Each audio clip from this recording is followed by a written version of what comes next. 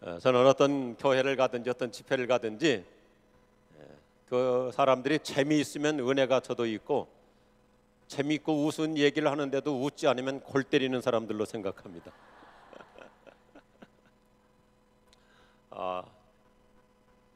우리 한국중앙교회는 저희 교회에서도 여러 차례 기도하러 왔었어요. 그래서 참 정든 것이고 또 은혜가 넘치는 것이고, 할렐루야. 참 어떤 기도원이냐가 중요한 것입니다. 하나님의 임재가 넘치는 것, 늘 기도 응답이 잘 되는 것이 있어요. 그만큼 성도들의 기도가 뒷받침하고 있기 때문인 줄로 믿습니다. 또 우리 소련 선교에서 해마다 CIS 지역, 러시아 구소련 지역의 지도자들을 초청해서 교육을 하는데, 우리 한국중앙교회와 기도원이 얼마나 훌륭하게 뒷바라지 해주시는지 한량없이 감사를 드립니다. 이제 집회를 하다가 또 목사님도 설교를 하는데, 이 설교 막 열심히 하려고 그러는데 또 설교가 은혜의 정점에 딱 도달하는데 예배당에서 휴대폰이 울릴 때가 있잖아요. 그러면 사람들이 은혜 받으려다가 그 휴대폰 소리 때문에 또 휴대폰 음악도 또 그 뽕짝 음악이 나온다. 아주 경건하게 은혜 시간에 뽕짝이 나오고 그러면 완전히 망칠 때가 있잖아요. 그 어느 날 목사님께서 설교를 시작하면서 아주 교인들에게 당부를 했어요. 제발 예배 시간에 휴대폰 좀 끄라고. 그렇게 목사님이 열받아서 얘기하는데 이번에는 목사님 휴대폰이 거기서 울리는 거예요. 그러니까 목사님께서 얼마나 임기응변이 탁월하신지, 하나님이세요, 말씀하세요, 제가 전하려고 합니다.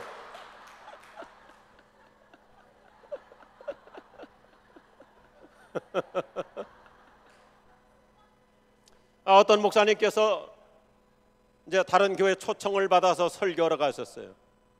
근데 목사가 뭐 아무리 설교를 많이 해도 또 새로운 교회 가서 설교를 하면 긴장되고 그런 면이 있잖아요. 이 목사님이 너무 긴장을 하셨는가 봐. 그날 설교 제목이 삭개오인데, 그 뽕나무 사건 삭개오인데, 이 목사님이 너무 긴장해가지고, 여러분 여리고에 니고데모라고 하는 사람이 있었습니다. 이 니고데모는 키가 작았습니다. 그러니까 교인들이 막 처음부터 웃는다. 목사님 그만 생각하니까 웃을 때 목이 아닌데 웃는데, 그만 생각하니까 자기가 실수했거든. 야, 큰일 났단 말이야. 목사님 얼마나 임기응변이 탁월하신지. 그때 삭개오가 나타나가지고 말했습니다. 야 임마, 내려와, 거기 내 자리야.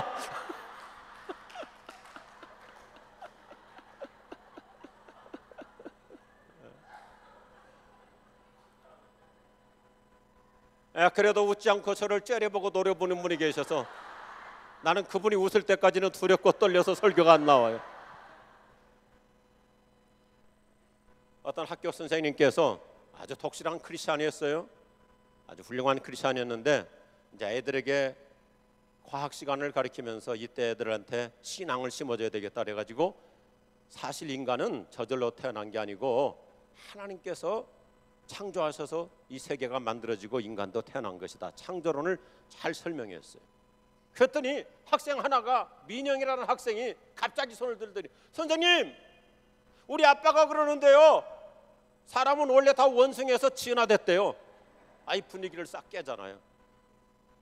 그러니까 이 선생님이 얼마나 기가 막힌 얘기를 하는지, 민영아, 너희 집안 얘기는 집에 가서 하면 좋겠다.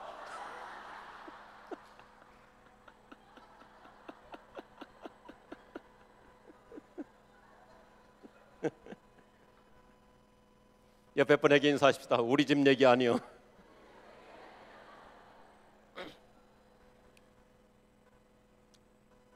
저는 오늘 아침 이 집회를 통해서 하나님께서 우리 각 사람에게 준비해 두신 놀라운 은혜를 베풀어 주실 줄로 믿습니다. 한번 따라서 하시면 좋겠습니다. 맞춤형 은혜를 받읍시다. 이 맞춤형 은혜, 제가 어제 저녁에 신방을 했습니다. 우리 교인 중에 한 분이 새롭게 아파트 입주를 해가지고 현대에서 지은 힐스테이트 아파트에 이사를 해서 신방을 했습니다. 수천 세대가 입주하는 아파트이지만은 어느 정도 다 마무리되기 직전에 입주하는 사람들한테 여러 가지 옵션을 받습니다. 그래서 외형적으로 볼 때는, 겉으로 볼 때는 똑같은 아파트 같지만 들어가 보면 집집마다 인테리어가 다르고 디자인이 다르고 패턴이 다르고, 요즘은 다 방도 움직일 수도 있고 마루를 넓힐 수도 있고, 아니면 큰 방을 더 크게도 할 수 있고, 방 2개를 하나로 만들 수도 있고, 맞춤형입니다. 맞춤형. 우리가 요즘 보면 굉장히 많은 물건들이 백화점도 있고 어디 가든지 다 있지만은 사실상 보면 웬만한 거 우리가 다 맞춤형입니다. 자동차 하나를 사더라도 그 선택 옵션이 얼마나 많습니까? 모든 게 맞춤형입니다. 컴퓨터 한 대 같아도 이게 그냥 컴퓨터가 아닙니다.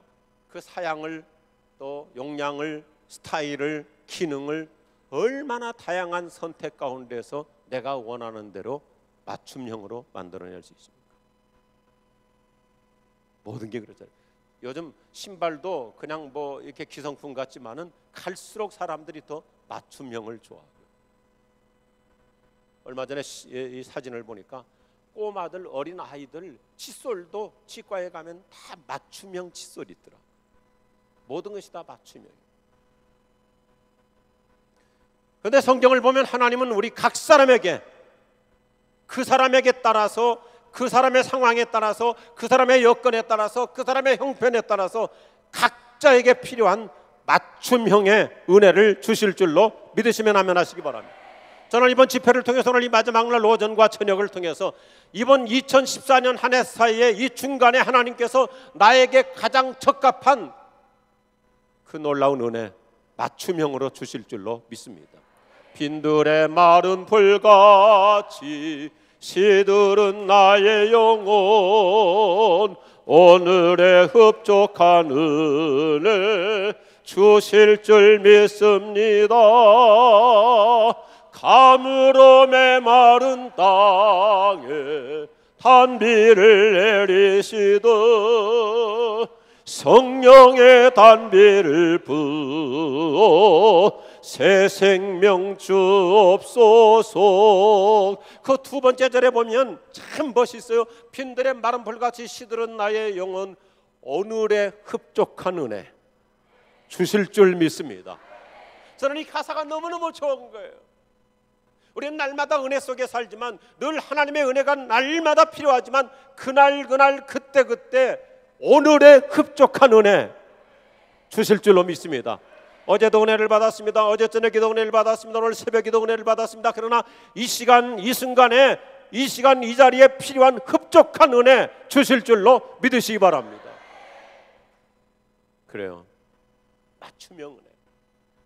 몇 달 전에 우리 교회 여자 집사님 한 분이 금요일 날 저희가 이제 한 달에 한 번씩 전체 연합 예배를 드리는데 이분이 그날 전체 여성들에게 그 떡을 냈어요. 무슨 굉장한 집에 행사가 있었나 하는데 행사도 아닌데 떡을 냈어요. 근데 그 아들이 재수를 하고 대학에 들어갔다는 거예요. 그래서 저는 어디 서울대나 아니면 연고대 들어가서 너무 기뻐서 떡을 내는 줄 알았더니 그렇지 않은 그냥 평범한 대학에 들어간 거예요. 그런데 또 떡을 냈어요. 그래서 제가 물어봤어요. 어떤 연유로 이렇게 전교인들에게 떡을 냈습니까? 그랬더니 자기 아들이 공부머리가 아니래요. 그건 완전히 저희 삼촌을 닮아가지고 공부머리가 아니고 재수도 하고 그랬는데 얘는 대학 들어갈 수 있는 그런 학업이 안 된다는 거예요. 실력이. 근데 늘 노는 거 좋아하고 운동 좋아하고. 근데 명지대학을 들어갔다는 거예요. 어떻게 들어갔냐 그랬더니 명지대학에 체육과 중에서 축구 심판학과라는 것이 있는데 축구 심판학과 4년에 한 명 뽑는데 4년에 한 번 뽑는데 그리고 여기를 들어가면 뭐 완전히 미래는 보장돼 있고 앞으로 국제 심판까지도 할 수 있을 4년에 한 명만 뽑으니까. 그래서 제가 그랬어요. 금요일 날만 떡을 낼 게 아니라 주일 날도 내야 되겠다. 그러니까 본인이 생각하더라도 이건 완전히 하나님께서 맞춤형의 은혜를 주신 거예요. 그 아이는 늘 밥만 먹으면 늘 축구 경기 보고 축구 연구하고 그것만 올인했는데 하나님께서 그 중심을 보시고 4년에 한 명 뽑는다. 이건 대단한 일이잖아요. 사랑하는 우리 여러분, 이번 기도원을 통해서, 이번 산상 집회를 통해서 우리 가정에, 내 남편에게, 나 자신에게, 우리 자녀들에게, 우리 손주들에게 가장 필요한 맞춤형의 은총 얼마든지 하나님은 주실 줄로 믿습니다. 도널드 맥컬로런 분이 거침없는 은혜라고 하는 책에서 참 멋있는 얘기를 해요. 따라서 합시다. 하나님의 은혜는 공평하지 않다. 이상하잖아요. 모든 사람에게 하나님이 그냥 다 똑같이 은혜를 주시는 것 같은데 하나님의 은혜는 공평하지 않다. 굉장히 모순된 말인 것 같죠. 어떻게 하나님의 은혜가 우리에게 공평하지 않을 수가 있겠습니까? 그런데 이 맥컬로의 대답이 너무나 훌륭합니다. 그것은 하나님의 은혜가 공평하지 않다는 것은 은혜를 주시는 분의 문제가 아니라 은혜를 구하는 사람에게 문제가 있다. 자, 무슨 얘기인가 하면 하나님은 모두에게 다 똑같이 동등한 동일한 은혜를 주고 싶어 하시는 거예요. 그런데 왜 공평하지 않냐면 은혜를 구하는 사람에게는 주시고 구하지 않는 자에게는 안 주시고, 그러니까 구하는 사람은 받고 구하지 않는 사람은 못 받으니까 하나님의 은혜는 공평하지 않을 수 있다. 정확한 말이라고 생각합니다. 하나님의 은혜 아주 간단합니다.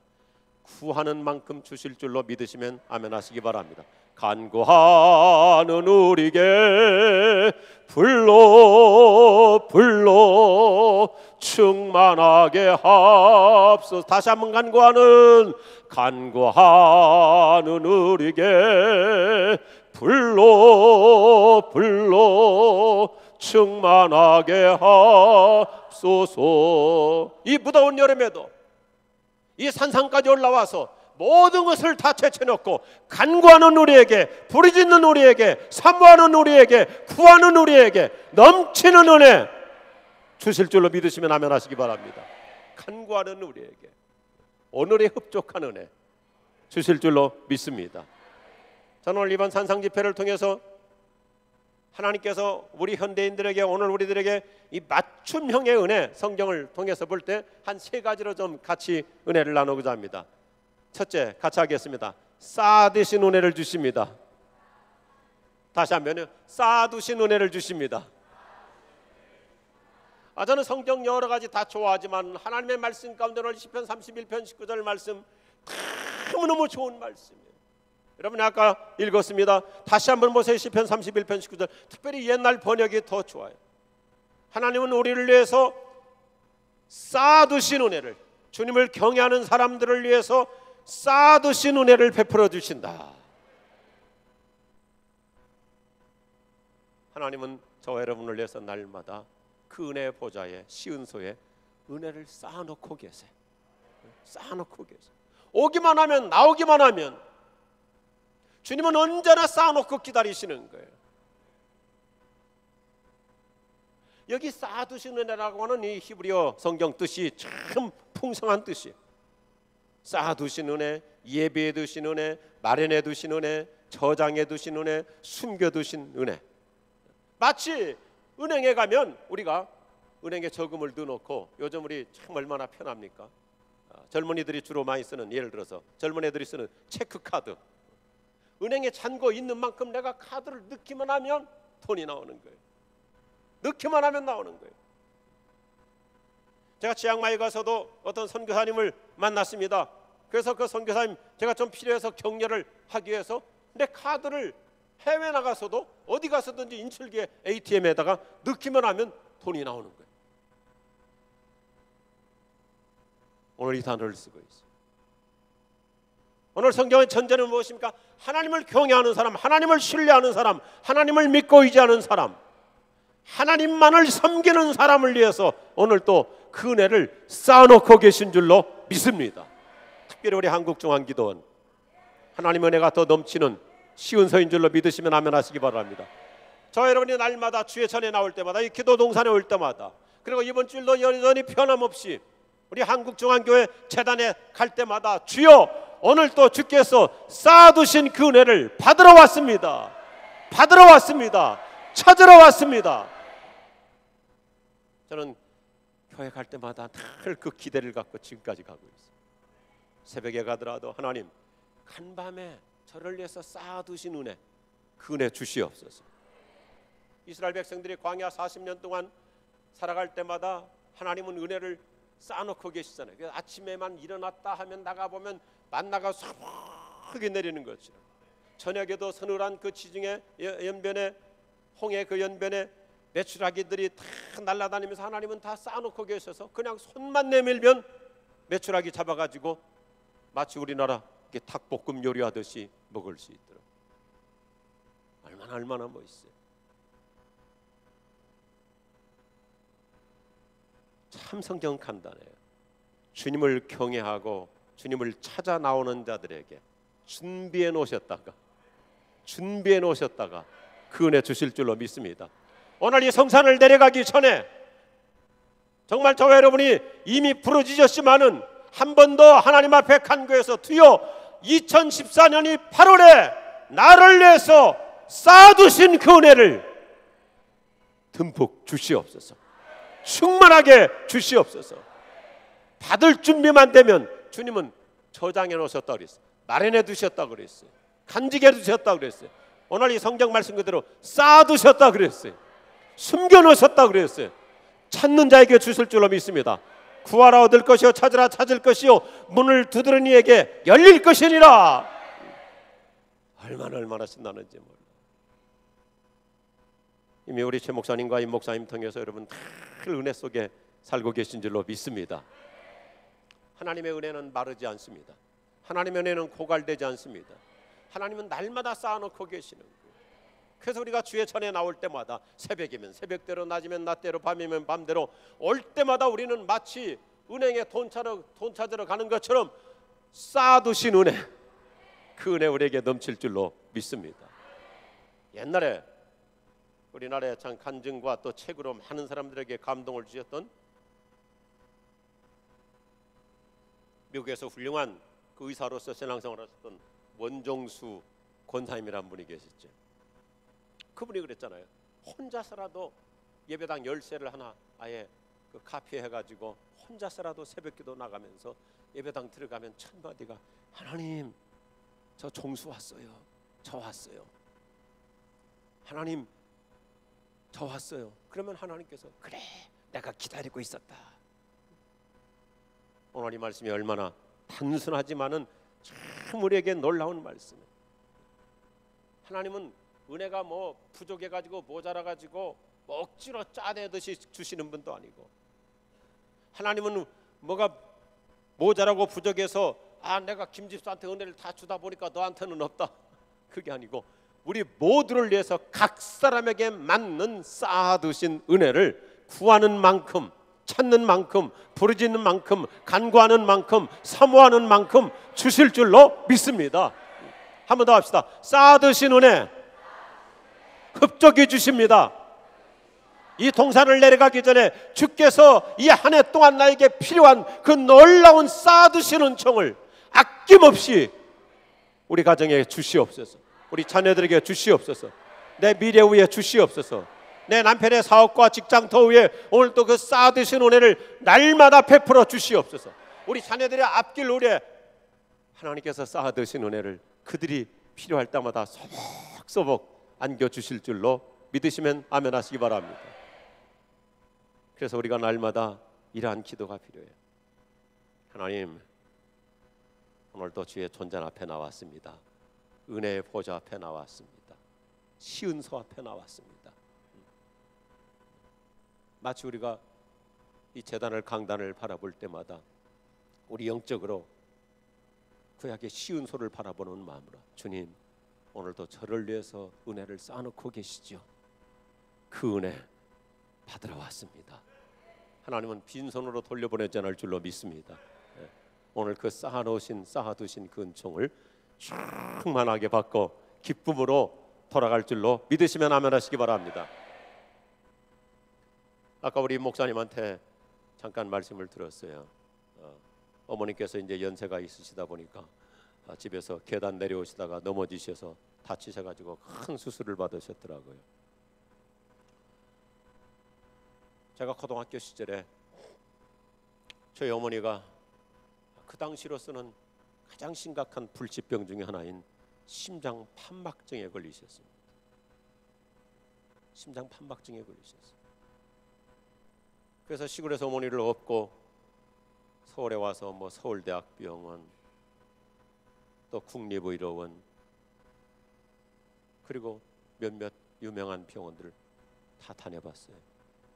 근데 의사 선생님이 하시는 말씀이 저하고 우리 형한테 둘한테 그러는 거예요. 따로 부리더니 자네 어머니 못 고치네.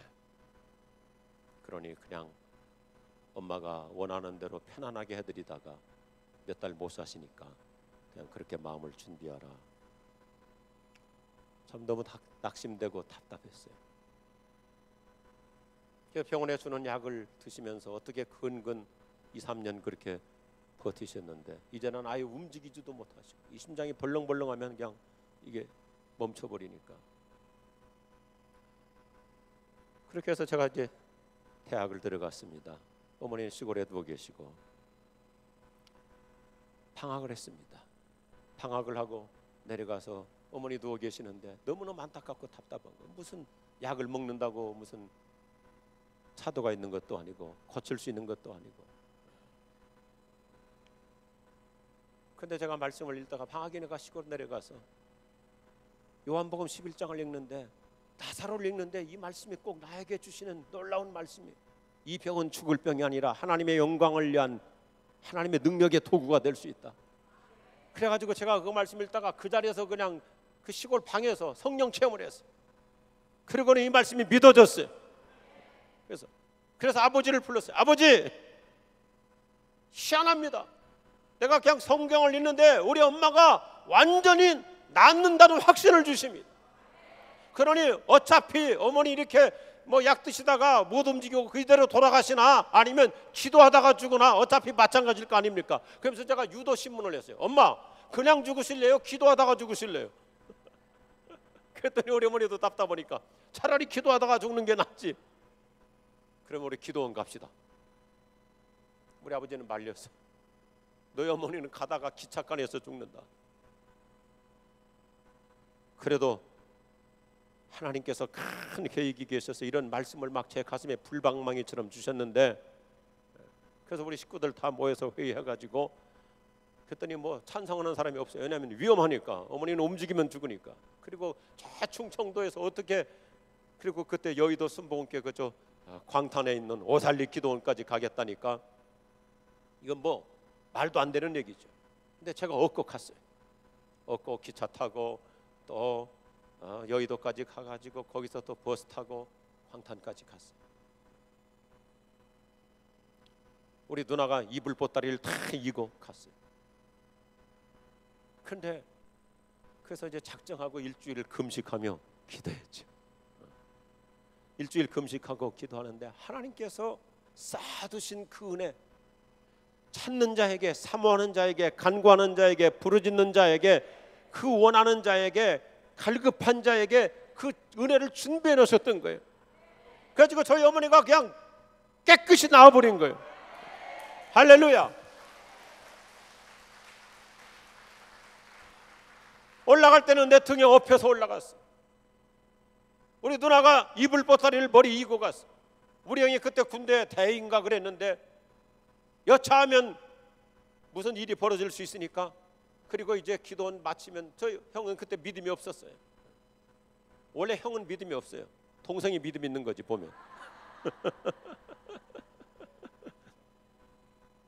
그래서 기도원 집회 마치면 믿음이 없으니까 마치면 못 내려오니까, 그러니까 이제 뭐 찌푸차를 보내가지고 태워서 어머니 기차역까지 모시겠다 그랬는데 우리 어머니가 자기가 약 다 버리고 이불 보따리 머리에 이고 찬송을 하면서, 나는 젊은 놈이니까 금식하고 배가 고파가지고 그냥 허리가 이렇게 휘어져가지고 힘없이 걸어오고, 우리 어머니는 이불 보따리 등에다 자기가 이렇게 얻고 메고는 찬송하면서 충청도까지 내려간 거예요. 할렐루야.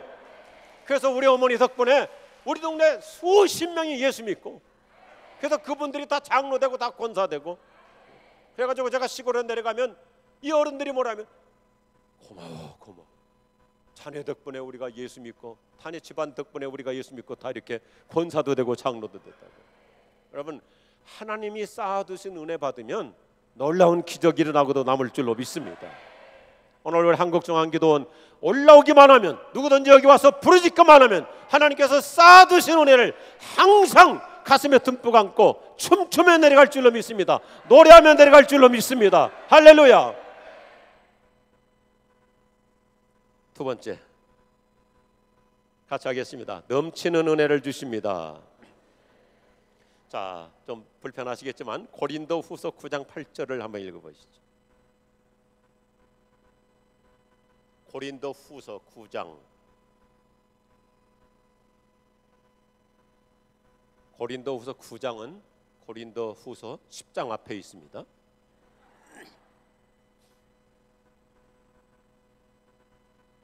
고린도후서 9장 8절.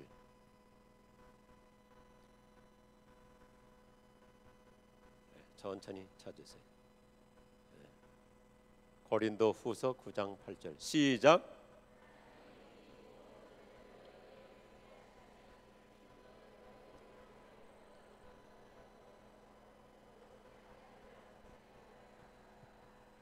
아멘. 여기 보니까 사도 바울이 강조하는 것이 있어요. 하나님 우리 모두에게 은혜를 넘치게 주시는 분, 여러분으로 하여금 모든 일에 항상 넉넉해서 부족하지 아니하고 모자라지 아니하고 약하지 아니하고 날마다 넘치는 은혜를 주셔서 선한 일도 넘치게 하려 하신다. 우리 하나님은 원래 그 본질 자체가 넘치시는 분이죠. 하나님은 부족함이 없으신 분. 오늘 이번 보니까 우리 임 목사님께서 말라기서 말씀을 통해서 말라기 1장부터 2장 3장 쭉 이렇게 말씀을 해나가시는데, 말라기서에서도 메시지가 뭐예요? 하나님은 모든 것이 유효하신 분, 넘치시는 분. 이스라엘 백성들이 믿음이 없으니까 기근이 있고 늘 황충이 먹어버리고, 이스라엘 백성들이 믿음으로 살지 않으니까 늘 암흑시대 살고, 말라기가 살았던 시대가 종교 암흑시대, 그들이 믿음을 떠나서 하나님 앞에 헌신하지 아니하고 11조하지 아니하고 봉사하지 아니하고 신앙을 떠나 살으니까 얼마나 하나님의 은혜가 말랐으면 말라기겠어요.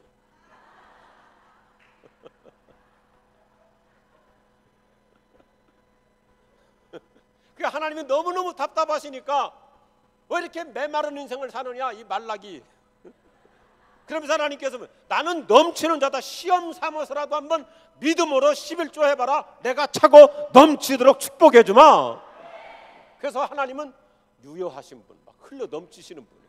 모든 것이 흘러 넘치시는 분 믿으시기 바랍니다. 자, 구약성경 맨 마지막에서 하나님께서 말라기서를 통해서 하나님은 모든 것이 흘러 넘치시는 분, 이게 맨 마지막 메시지가 아니라 사실상 창세기 1장 처음부터 얘기가 나오죠. 창세기 1장을 보면요, 하나님의 이름이 엘로힘, 복수로 나와요. 복수. 이 히브리어 문법에 있어서 복수라는 것은 뭐냐면 아주 힘이 넘칠 때, 능력이 넘칠 때, 생명이 넘칠 때, 사랑이 넘칠 때, 하나님의 긍휼이 넘치고 지혜가 넘치고 은혜가 넘치고 은사가 넘치고, 그래서 하나님의 이름을 의도적으로 복수로 쓰는 거예요.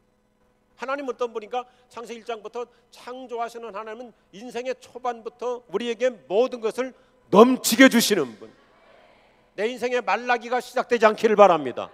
오히려 말라기의 그 결론의 말씀처럼 하나님의 유효하심, 넘치시는 하나님을 날마다 경험하고 체험하며 살아갈 수 있기를 주의 이름으로 축원합니다. 그래요. 믿음으로 11조 드려봐라. 하나님이 얼마나 넘치게 하시는가. 어떤 목사님께서 이제 다른 교회 집회 인도를 가셨어요. 그래서 이 목사님이 궁금해가지고 그 교회 담임 목사님한테 물어봤어요. 목사님, 교회 교인들은 11조를 몇 퍼센트나 하십니까? 교인들이 11조를 몇 퍼센트나 하십니까? 그러니까 담임 목사님의 대답이 놀랐어요. 우리 교인들은 전 교인이 다 11조를 합니다. 그런데 문제는 하나님께 드리는 사람이 있고 하나님께서 가져가시는 사람이 있습니다. 11조를 하나님께 드리는 사람이 있고 하나님께서 뺏어가는 사람이 있고, 두 종류만 있을 뿐이지 하기는 다 합니다. 한번 따라합시다. 드리느냐 뺏기느냐. 믿음으로 살지 않으니까 늘 바둥대는 거예요. 맨날 적자예요. 맨날 마이너스예요. 맨날 손해보는 거예요. 있어도 늘 모자라는 거예요. 믿음으로 사는 사람은 없는 것 같은데도 늘 풍성하고 넘치고요, 남고요, 날마다 하나님의 은혜 속에 살 줄로 믿으시면 아멘 하시기 바랍니다. 넘치는 은혜를 주신다 해서 하나님은 창세기 1장부터 시작해서 처음부터 우리에게 넘치시는 하나님, 모든 것이 유효하신 하나님, 얼마나 아름답습니까? 그래서 오늘 사도 바울이 모든 일이라는 말을 고린도후서 8장을 보면 자세히 보면요, 모든 일이라는 말을 5번이나 강조하고 있어요. 모든 은혜, 모든 일에, 모든 때에, 모든 필요한 것을 모든 선한 일에 넘치게 하려 하십니다. 이번 우리 전교인 이 산상 집회 수련회를 통해서 저와 여러분 인생 날마다 모든 일에, 모든 것에 넘치는 하나님의 은혜가 따라 붙을 수 있기를 주의 이름으로 축원합니다. 하나님의 은혜가 따라 붙으면 되는 거예요. 뭐 여러분 다 잘 아시겠지만, 여러 번 들어서 아시겠지만, 우리말 속담 중에 뛰는 놈 위에 누가 있다고요? 뛰는 자 위에 나는 자가 있다. 근데 성경은 하나가 더 있어요. 나는 자 위에 붙어 다니는 자가 있다. 자, 파리가 이 비행기에서 딱 그런 현상이 있어요. 파리가요, 저 우리 중앙교회에서 여기 기도원까지도 못 와요. 바람 때문에도 못 오고, 파리가 어떻게까지 여기까지 날아올 수 있겠어요? 파리가 어떻게 서울에서 파리까지 갈 수 있겠어요? 근데 너무너무 간단해요. 파리가, 예배당에 있는 파리가 이 기도원 오려면요, 여러분이 올 때 버스 의자에 딱 붙어 있으면 와요. 붙어 있으면. 서울에 있는 파리가 비행기 의자에 딱 붙어 있으면 미국도 가고 뉴욕도 가고 파리도 가고 어디든지 다 가는 거예요. 인생에 뛰어봤자 얼마나 뛰겠어요. 자기 재능 가지고, 자기 지식 가지고, 자기 실력 가지고, 자기 무슨 은사 가지고, 자기 능력 가지고, 자기 경력 가지고, 자기 스펙 가지고 해봤자 얼마나 하겠어요. 그런데 하나님의 은혜가 따라 붙으면 형통할 줄로 믿으시면 아멘 하시기 바랍니다. 한 우리 보세요. 사람은요 거의가 다 비슷해요. 실력이라는 게 별거 아니고요, 목회도 그렇고 사업도 그렇고 직장생활도 그렇고 애들 공부도 그렇고 모든 면에 있어서 다 비슷한 것 같은데, 누구는 잘 되고 왜 안 되느냐? 아주 간단해요. 하나님이 은혜 주시면 되는 것이고, 하나님의 은혜가 따라 붙지 않으면 될 뻔했는데 안 되고, 성사될 뻔했는데, 이루어질 뻔했는데, 달성할 줄 알았는데, 이번에는 드디어 성공할 줄 알았는데 이상하게 안 되고. 그런데 원인이 여러 가지가 있겠지만 그 중에 하나가, 결정적인 요인이 있다면 하나님이 은혜를 붙여주시면 되는 것입니다. 성경 중에서 은혜라는 말을 가장 많이 쓰는 사람이 두 사람. 구약에서는 다윗, 신약에서는 바울. 그렇죠. 다윗이 내가 어떻게 왕이 됐는가? 다윗이 이스라엘 베들레헴 저 목장집의 아들, 뭐 말이 목장집이라고 그러죠. 양 몇 마리 가지고 그저 다 자식 키우는 거 아닙니까? 우리가 다 옛날 시골에 살 때 논 몇 마리 가지고 그냥 자식들 다 키우고 어떻게 학교 보내고 그렇게 사는 거잖아요. 근데 또 가난한 집일수록 자식이 많잖아요. 다윗 그 집이 뭐 평범한 양 몇 마리 가지고 젖짜서 털 깎아 가지고 팔아서 겨우겨우 애들 이렇게 먹여 살리는데, 그 동네 축제가 일어난 거예요. 축제가. 그 당시 민족의 영도자인 사무엘 선지자가 그 시골까지 온 거예요. 시골까지. 그러니까 아버지 부모 입장에서는 우리 자식들, 우리 사무엘 선지자께서, 영적인 지도자께서 이 시골 변방까지 오셨는데 애들 다 축복받도록 해야 되겠다. 그래가지고 다 사무엘 선지자한테 축복받으러 가자. 7명의 자식들이 다 축복받으러 가요. 그런데 들판에 있는 양은 누군가는 지켜야 되니까 막내 다윗이 따로 남아서 지키잖아요. 왕따를 당한 거예요. 왕따. 그때부터 왕따가 있었어요. 왕이 따로 있다. 왕이 따로 있다. 기가 막히죠. 7명의 형들은 다 가가지고 선지한테 안수기도 받고 축복기도 받았는데, 다윗은 완전히 들판에 혼자 따로 왕따잖아요. 근데 사무엘 선지자가 7명 다 축복해 줬는데도 7명 말고 또 하나 있지 않느냐, 데리고 와라. 그래서 다윗에게 안수했더니 하나님께서 다윗을 기름 부어서 왕을 삼아 주신 거예요. 그래요. 왕이 따로 있어요. 하나님이 은혜 주시는 자에게 형통의 복이 따라 붙을 줄로 믿습니다. 넘치는 은혜. 그러니까 다윗은 입에 붙어 있잖아요. 오늘 내가 나 된 것은 오직 은혜로 된 것이지 내 실력도 아니고 내 서열도 아니고 무슨 내 위치도 아니고 내 신분도 아니고 다윗이 자기 자격으로 된 것이 아니라 완전히 형들한테 치여가지고 자격도 없었는데 하나님은 자기를 부르셔서, 그래서 다윗의 평생 보면요, 갈수록 그 훌륭한 여러 가지 리더십을 잘 갖춘 사울에게서는 자꾸 사람이 떠나잖아요. 자꾸 떠나요. 제가 이렇게 목회하면서 보면요, 사람들도 그래요. 어떤 사람은 자꾸 좋은 사람들 떠나는 사람이 있고, 어떤 분은 자꾸 좋은 사람이 붙어요. 좋은 권사님이 붙고, 좋은 집사님이 붙고, 좋은 장로님이 붙고, 그 직장에서도 여러 좋은 사람들이 붙으니까 어제도 제가 어떤 분 신방을 냈더니 간증을 하는 거예요. 자기는 실력도 없고, 그리고 자기는 무슨 학벌이 있는 것도 아니고, 근데 그 회사에서 계속 공로상 받고 표창장 받고 아주 진급하고, 또 자기는 무슨 사람들을 영업하는데 무슨 술 마시면서 대접하는 것도 아니고 언더그라운드로 하는 것도 아니고 그냥 고지고대로 하는데 하나님께서 너무너무 좋은 기업체들 사람들을 붙여주시니까 신비롭게 풀려가는 거예요. 이게 하나님의 넘치는 은혜인 줄로 믿습니다. 은혜가 따라붙는 인생이에요. 그래요. 바울이 가장 강조하는 단어가 은혜라는 단어잖아요. 은혜. 하나님이 오늘도 이 고린도후서 9장 8절에서 자기 간증에 고린도 교회를 축복하기 위해서 하는 것이지만, 바울이 뭐냐니까 모든 일에 하나님께서 나에게 은혜 주시니까 나의 나 된 것은 오직 하나님의 은혜로다. 한량없는 은혜, 갚을 길 없는 은혜, 그 다음에 뭐요? 내 삶을 에워싸는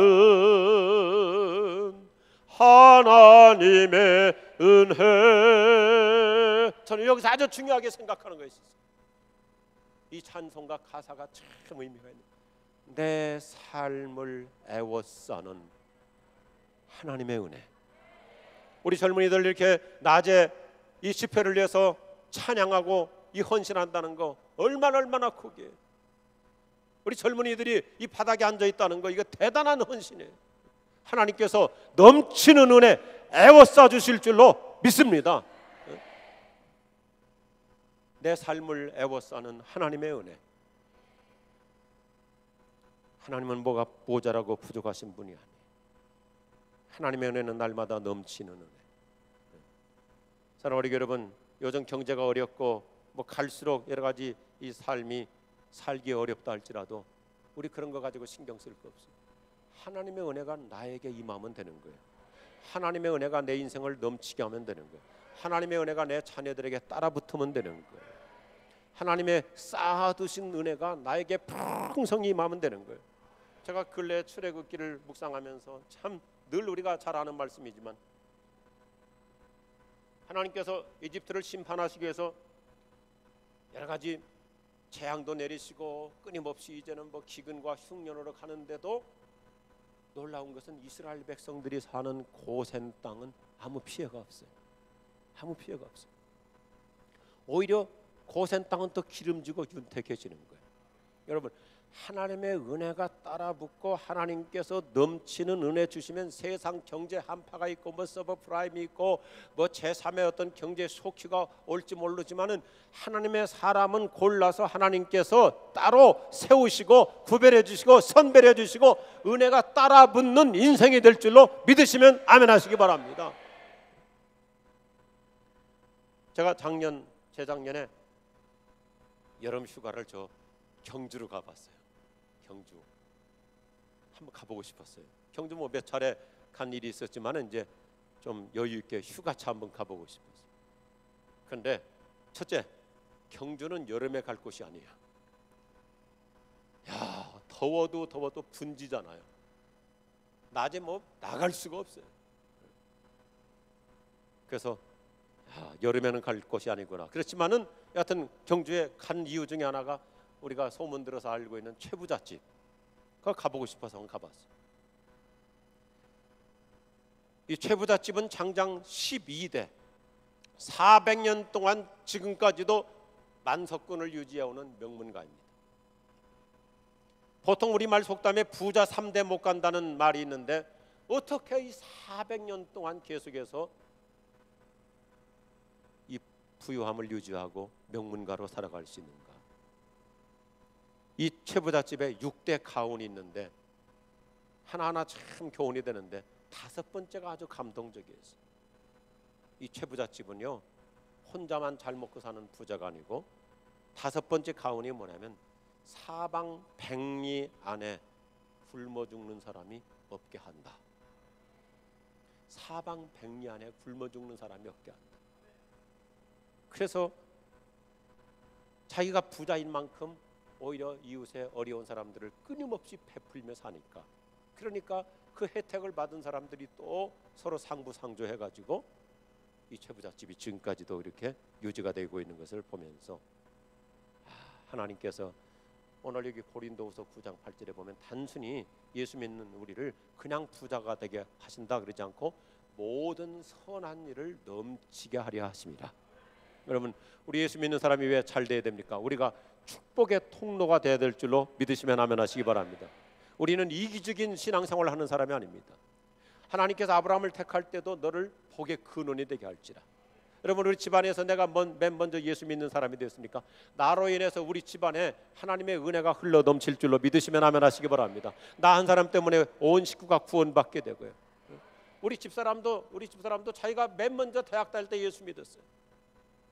자기 혼자 예수 믿었어요. 근데 한 사람만 예수 믿어도 주 예수를 믿으라. 그래야면 뭐예요? 너와 내 집이 구원을 얻으리라. 하나님의 은혜는 넘치는 은혜인 줄로 믿습니다. 그러니까 자기 부모 다 전도해가지고 다 훌륭한 집사 되고, 자기 뭐 오빠 동생 다 전도해가지고 예수 믿고, 자기 동생도 목사 되고, 하나님의 은혜는 뭘 하든지 넘칠 줄로 믿습니다. 하나님, 우리 가정에 나 한 사람을 통해서 구원의 은혜가 넘치게 하여 주시옵소서. 이번 이 집회를 통해서 하나님, 우리 가정에 아직까지도 예수 믿지 않는 우리 친정어머니 있습니까? 아직까지 예수 믿지 않는 우리 시댁이 있습니까? 나 한 사람을 통해서 주의 구원의 은혜가 넘쳐 흘러나게 하여 주시옵소서. 나 한 사람의 중보기도를 통해서 우리 자녀들, 우리 손주들 하나님의 은혜가 흘러내려가는 축복 속에 살게 하여 주시옵소서. 그래요, 넘치는 은혜. 하나님의 은혜라고 하는 이 앤디 스탠리라고 하는 미국의 훌륭한 지도자가 하나님의 은혜라는 책에서 이렇게 얘기합니다. 우리는 하나님의 은혜를 지키는 청지기이다. 청지기. 그래서 우리 때문에 이웃과 공동체, 도시, 국가, 세계에 하나님의 은혜가 흘러나가게 할 책임이 있다. 우리 한국중앙교회 이름도 얼마나 위대합니까? 한국중앙교회. 특별히 저는 요즘 생각하는 것 중에 늘 우리 최 목사님께서 참 세계 선교를 위해서 물불 안 가리고 전 세계를 다 다니시잖아요. 그런데 우리 시대에 우리의 예상보다 빨리 통일의 역사가 이루어질 줄로 믿습니다. 그러면 이 통일이 됐을 때 이 특별히 이 한국중앙교회 같은 이 지정학적인 위치가 얼마나 중요한지. 그래서 북한에서도, 북쪽에서도 은혜 받으러 오기 쉽고 남쪽에서도 은혜 받으러 오기, 다 한국중앙교회다운 이 기도원에. 그래서 우리가 어떤 비전과 꿈을 가지고 하나님, 저를 통해서 하나님의 은혜가 넘쳐 흘러가는 인생이 되게 하여 주시옵소서. 축복의 통로로 살아갈 수 있기를 주의 이름으로 축원합니다. 내 삶을 애워싸 하는 하나님의 은혜. 오늘 아침 시간 맞춤형 은혜 첫째 한번 다시 하겠습니다. 맞춤형 은혜. 쌓아두신 은혜를 주십니다. 넘치는 은혜를 주십니다. 마지막 하나만 더 하고 마치겠습니다. 같이 하겠습니다. 때를 따라 은혜를 주십니다. 때를 따라. 제가 좀 시간이 늦었기 때문에 히브리서 4장 16절 보니 그러므로 자비하심을 받고 때를 따라 도와주시는 은혜를 얻게 하여 은혜의 보좌 앞에 담대히 나갈 것이니라. 이 때를 따라 은혜를 주신다는 거, 이게 참 기가 막힌 얘기예요. 때를 따라서. 엄마가 아이들을 젖을 줄 때도 아무 때나 주는 게 아니잖아요. 때에 맞게, 배고플 때 딱 시간 재놓고. 여기 우리가 잘 알고 있는 히브리서에 때를 따라 은혜를 주신다, 뭐 너무너무 멋있는 표현이죠. 요즘 또 표준 번역이라고 하는 성경에 보면 제때에 도와주신다, 제때에 도와주신다. 여러분, 날마다 우리 이 은혜 속에 살아갈 수 있길 바랍니다. 한 번은 인생이라는 게요, 타이밍이 맞아야 돼요. 타이밍. 어떤 사람은 투자를 잘못하는 이유 중에 하나가 이미 시기를 놓친 거예요. 아니면 또 어떨 때는 너무 빨라가지고 너무 급해서. 그래서 이 때에 맞추어서, 때에 맞게. 근데 하나님은 저와 여러분에게 이 맞춤형 은혜라는 것이 얼마나 신비로운 것인지, 하나님 앞에 나오는 사람에게는 때에 맞게 은혜를 주신다.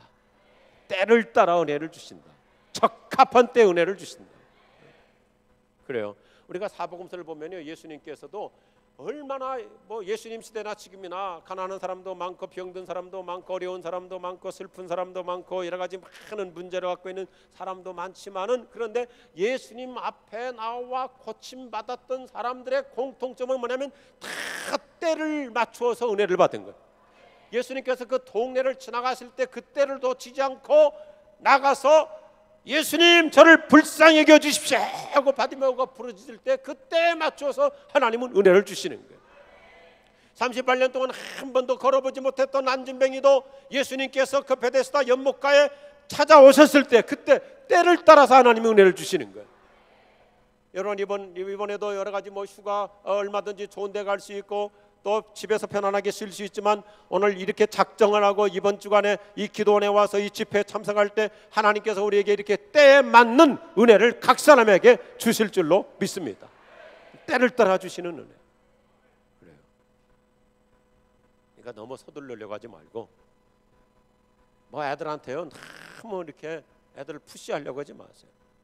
우리 딸도 작년에 결혼을 했는데 보니까 엄마들은 때로는 너무 애들을 이렇게 급하게 푸시할 때, 너 언제 결혼할래? 너 언제 시집 갈래?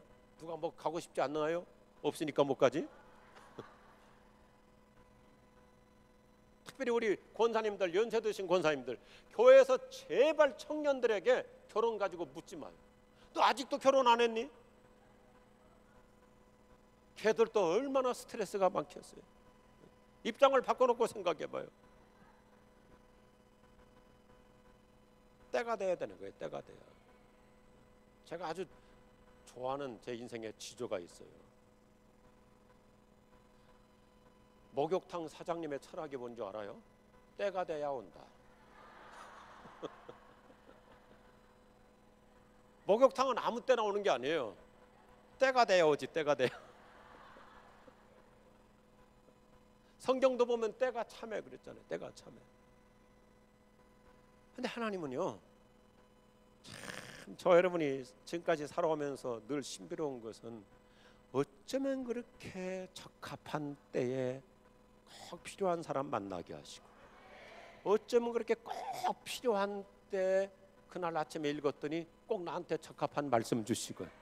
그래서 우리는 날마다 성경을 읽을 때마다, 성경을 펼칠 때마다, 저도 아침마다 일어나서 말씀을 읽을 때마다 어쩌면 그렇게 오늘 나에게 필요한 주의 음성을 들려주시는지, 때에 맞는 은혜, 때를 따라 적합한 은혜. 여기 보니까 하나님께서는 언제든지 우리가 필요로 할 때 은혜를 도와주시기 때문에 은혜의 보좌 앞에 담대히 나올 것이니라.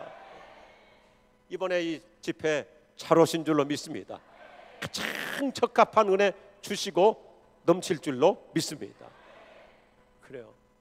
제 딸도 보니까 늘 걔가 노래 불렀어요. 자기 친구들한테, 자기 학교 동기 동창들한테 너희 결혼 다 하고 너희 시집 다 가고 그리고 이제 내가 결혼할 것이다.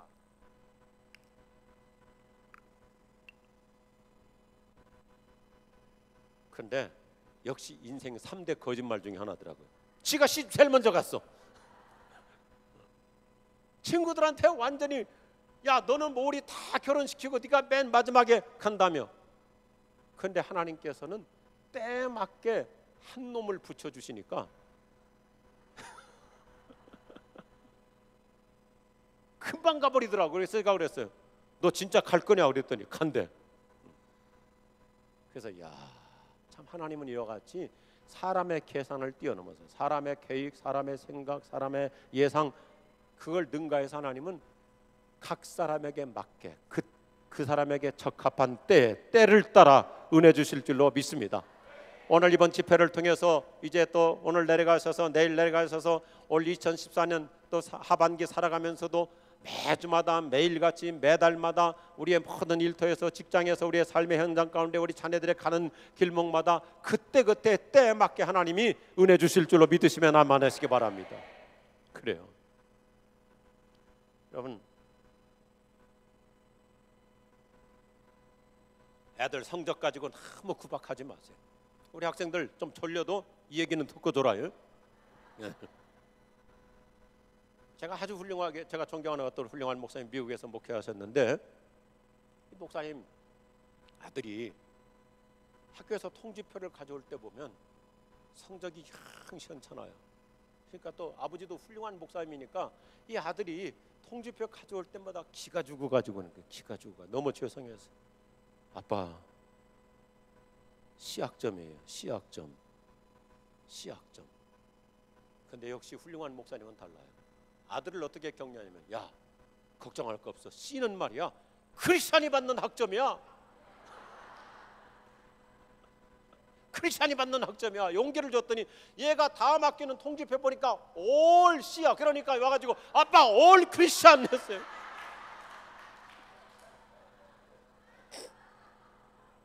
근데 우리 교회에서 내가 청년들한테 그전에 내가 직접 다 청년들 설교했으니까 청년들한테 설교하면서 그랬어요. 야 C 학점 받는다고 그렇게 염려할 거 없어. 크리스찬이 받는 학점이 했더니 어떤 학생 하나가 목사님 저는 C와 D C대로 깔았는데요 그러더라고. C대로 깔았대. 그래서 내가 걔를 어떻게 유래했냐, C와 D는 말이야 크리스찬 디올이야. 크리스찬 디올 그랬더니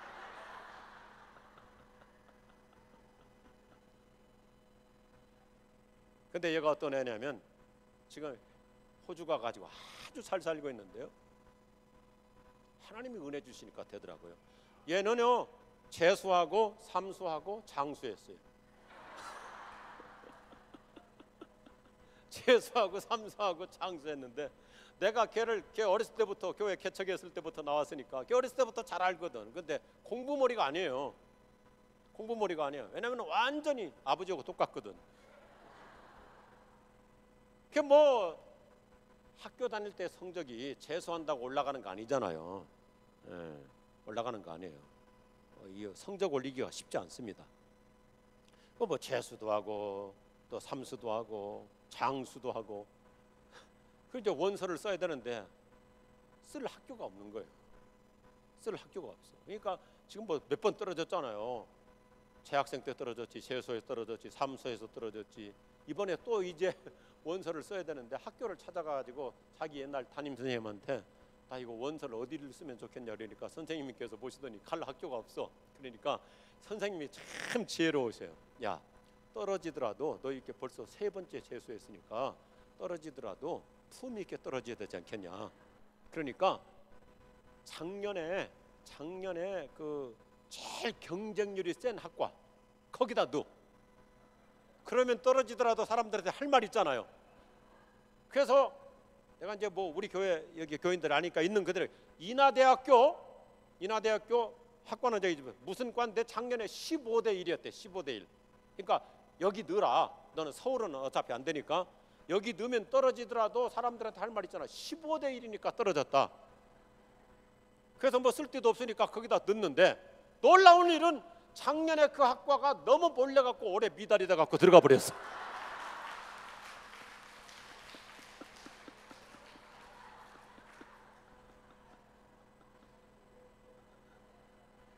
예.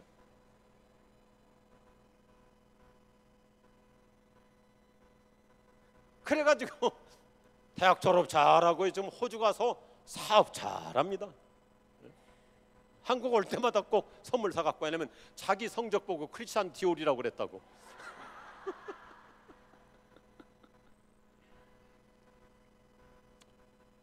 여러분, 오늘 제가 이렇게 좀 천천히 하다 보니까 긴 말씀을 드렸는데 저녁에는 굉장히 빨리 할 거예요.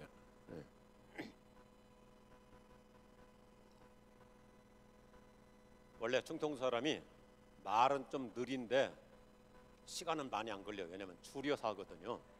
충청 사람은 뭐 예를 들어서 오메 그 양반 죽었단 깽이 16자. 그런데 우리 충청도는 가시움? 말을 줄여서 하면 시간이 많이 안 걸려요. 뭐 예를 들어서 뭐 바람난 사람들이 카바레 가가지고 사모님 뭐 춤을 추시겠습니까? 그렇게 길게 안 해요. 출교?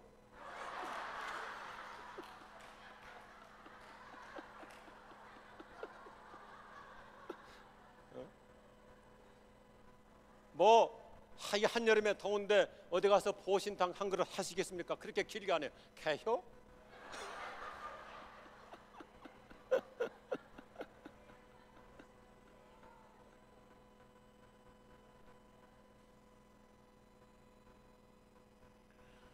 제랄드 메이라고 하는 아주 훌륭한 분이 있는데 그분이 우리 현대인들에게 꼭 필요한 책 중독과 은혜라고 하는 책을 썼습니다. 중독과 은혜에서 참 멋있는 말을 내요. 한번 따라서 하면 좋겠습니다. 하나님의 은혜는 항상 존재하며 항상 유효하며 항상 선하며 항상 승리한다. 하나님의 은혜는 항상 머무르고 있습니다. 하나님의 은혜는 항상 넘치고 있습니다. 그리고 하나님의 은혜는 항상 승리할 줄로 믿습니다. 그래서 오늘 본문의 결론이 뭡니까? 때를 따라 도와주시는 은혜를 받게 하여 은혜의 보좌 앞에, 시은소 앞에, 은혜의 제단 앞에 담대히 나올 것이니라. 은혜 받는 사람이 은혜 받는 것입니다. 이 산상 집회도 나오는 사람이 은혜 받는 것입니다. 주일날도 주님 앞에, 주님의 보좌 앞에 나오는 사람이 은혜 받는 것입니다. 왜요? 하나님은 은혜를 쌓아놓고 계시니까요. 구하는 자에게 넘치는 은혜를 주시니까요. 그리고 은혜의 보좌 앞에 나오는 사람에게 꼭 그날 그때 그 순간에 맞게 때를 따라 도와주실 줄로 믿습니다. 주여 내 아들이 때에 맞게 은혜를 주시옵소서. 주님 내 딸에게 때에 맞게 배우자도 주시옵시고 내 남편이 가는 길마다 때에 맞게 꼭 적합한 때 필요한 사람 만나게 하여 주시고 꼭 필요한 때 하나님께서 가장 복된 사람, 유익된 사람 만나게 하여 주시옵소서. 붙여주시옵소서. 때를 따라 은혜를 주시는 것입니다. 그렇기 때문에 은혜의 보좌 앞에 나올 것이니라. 오늘 이 자리가, 이 동산이 내 인생의 시은소가 될 줄로 믿습니다. 여러분 아름다운 그림을 그리면서 오늘 기도하여 할 수 있기를 바랍니다. 하나님 오늘 또 저를 위해서 그 놀라운 은혜를 낮춰주신 줄로 믿습니다. 나에게 꼭 필요한 은혜 이미 쌓아놓고 계신 그 은혜, 오늘 이 동산을 내려가기 전에, 이 성산을 내려가기 전에 주께서 나를 위해서 쌓아두신 은혜 만나처럼 내가 소복히 안고 내려갈 줄로 믿습니다. 넘치는 은혜를 주시옵소서. 이번에 기도하고 내려가는데 우리 가정 위에, 우리 자녀들의 앞길 위에, 우리의 직장과 우리의 일터 위에, 내 인생의 미래 위에 날마다 주의 은혜가 흘러넘칠 줄로 믿습니다. 살아가는 순간순간마다 그때그때 적합하게 때를 따라 때에 맞게 은혜를 베풀어 주시옵소서. 한량없는 은혜, 갚을 길 없는 은혜, 내 삶을 애워싸는 하나님의 은혜, 나 주저함 없이 그 빛을 터준도, 내 삶을 애워싸는, 내 삶을 애워싸는 하나님의 은혜. 내 삶을 애워싸는 하나님의 은혜. 따라서 하십시다. 주여 은혜를 주옵소서. 쌓아두신 은혜를 주옵소서. 넘치는 은혜를 주옵소서. 때를 맞추어 주시옵소서. 오늘 우리 손 들고 하나님이여 오늘 저에게 꼭 필요한 은혜를 주시옵소서. 이 시은소에서 해답받고 가기를 원합니다. 하나님이여, 내 인생에 날마다 때에 맞게 역사하여 주시옵소서. 축복의 통로로 살아갈 수 있도록 넘치도록 풍성한 은혜를 주시옵소서. 우리 주님을 부르며 기도합니다. 주여, 주여, 주여. 놀라운 은혜를 베푸